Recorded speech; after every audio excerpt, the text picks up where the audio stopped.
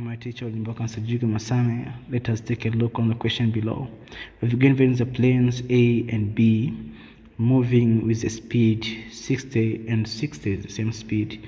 The one is moving due east and the other is moving due north, respectively. The wind blowing against the one moving due east, that is to say that the wind blowing due west. Let us see how we can find the velocity of plane A with respect to that of plane B as observed by stationary observer. Let us consider our scale. After knowing our scale, let us assigning the where stationary observer place his coordinates, or we call it a frame of reference. And this is velocity of a plane A with respect to wind, and this is velocity of plane B with respect to wind. Then this is the velocity of the wind with respect to stationary observer. After this wind blowing and hit this plane sideways, the plane will be displaced at angle theta, and the resultant velocity will be the hypotenuse of wind components and the BW velocity component.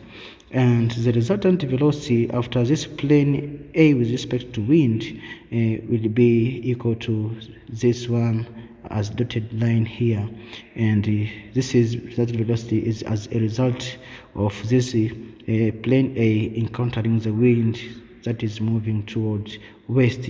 This resultant velocity is for plane A and for plane B as the velocities as observed by stationary observer O. Then we extend to form another triangle above there, extend the resultant velocity for plane B, and we join this for plane A, and we get a triangle that obeys the triangle laws. This is the first vector, and the second vector is drawn from the head of the first vector up to this point, and whereas the resultant vector is drawn from the first tail of the first vector to the head of the last vector, and this is the angle where this resultant vector is displaced. Now let us measure this by using a ruler, and we get 6.7 centimeter. When we put it into the scale and we cross multiplications, our resultant velocity of plane A with respect to plane B is equal to 67 meters per second. Let us consider another method by trigonometric ratio, or the solution of vector. Now let us go directly to the velocity of plane A with respect to wind. By definition is obtained by taking velocity of plane A with respect to ground minus velocity of wind with respect to ground. Now when we make the subject of A against these other remaining terms, then we will have velocity of plane A with respect to wind plus velocity of wind with respect to the stationary observer. We know that the velocity of wind is moving towards the left. It's heading to the west, where we assign this value as a negative sign. Then we get the answer as 45 meters per second. Then we take the magnitudes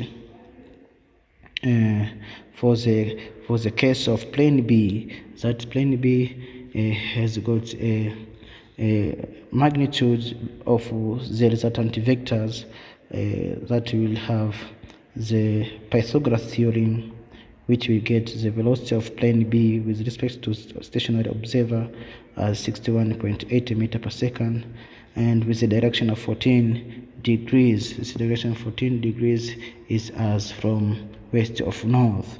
And let us apply the triangle laws so that we can find now from the second triangle here is extended the transformed coordinates to these positions. Then we can find the resultant velocity of plane A with respect to B as observed now by stationary observer from this transformed point from this original one. Now we'll get 67.07 meters per second. Just take a close look on these solutions and we'll arrive into this answer. Then this is the velocity of plane A with respect to B as observed by stationary observer. And when we want to find the angle, the direction where this resultant velocity taken projected, now will be equal to sine, to use the sine rule, and from the sine rule we know that the sine of the angle theta we divide by the respective vector, opposite vector, that we take angle theta with respect is opposite of vector of the resultant, then is equal to the sine theta dash with respect to the opposite angle of vector of resultant of plane B with wind. Now we get the answer as 63.4 degrees as from due east, or we get the answer of 26.6 as east of north. Now thanks for watching. This is how we can find the resultant vector for velocity of plane A with respect to plane B as seen by stationary observer from the ground. Thank you for watching. Like and share. Don't forget to subscribe for more video like this one. Thank you.